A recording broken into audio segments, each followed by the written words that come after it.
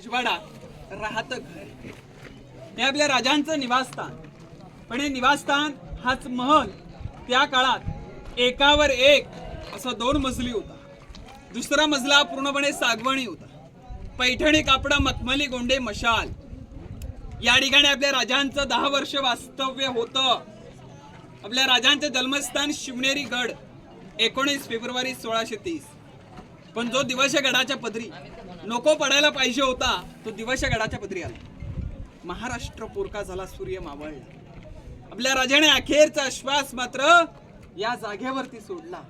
आपल्या राजांचं निधन इथे झालं. 3 एप्रिल 1680 चैत्र पौर्णिमा, हनुमंत जयंती, वार शनिवार, दुपारचा तो प्रहर होता. आपल्या राजांचं निधन इथे झालं. पण राजांच्या चितेला अग्नी, देहेकलेला अग्नी. इथून पुढे जगदीश्वराचं मंदिर आहे, महादेवाचं मंदिर आहे. या मंदिराच्या समोर आपल्या राजांच्या चितेला अग्नी देण्यात आली. राजांना आयुष्य फक्त 50 वर्ष लाभलं. जगातला एकमेव राजा ज्याने स्वतःची गादी नव्हे स्वराज्य उभं केलं. रयतेचं राज्य निर्माण केलं, बळीचं राज्य निर्माण केलं. येणारे शिवभक्त आले आले इथली माती कपाळी लावतात. रायगडावर खडे पसरले शिवरायांच्या पायी, रायगडावर खडे पसरले शिवरायांच्या पायी. हीच माणिक मोती, दुसरी दौलत नाही, दुसरी दौलत नाही.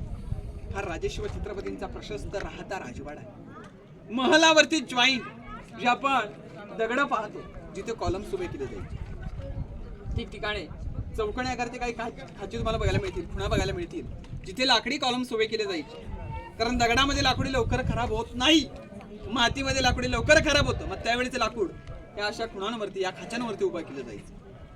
साईडला जी दगड दिसतील ती आत्ता आणलीत गडाच्या समोर जाणार. साईडला कोपऱ्याला तुम्हाला एक टाकी बघायला मिळेल, जी कावडकर लोक खांद्याला कावड लावून त्या टाकीमध्ये पाणी होतं, पिण्याच्या पाण्याची टाकी.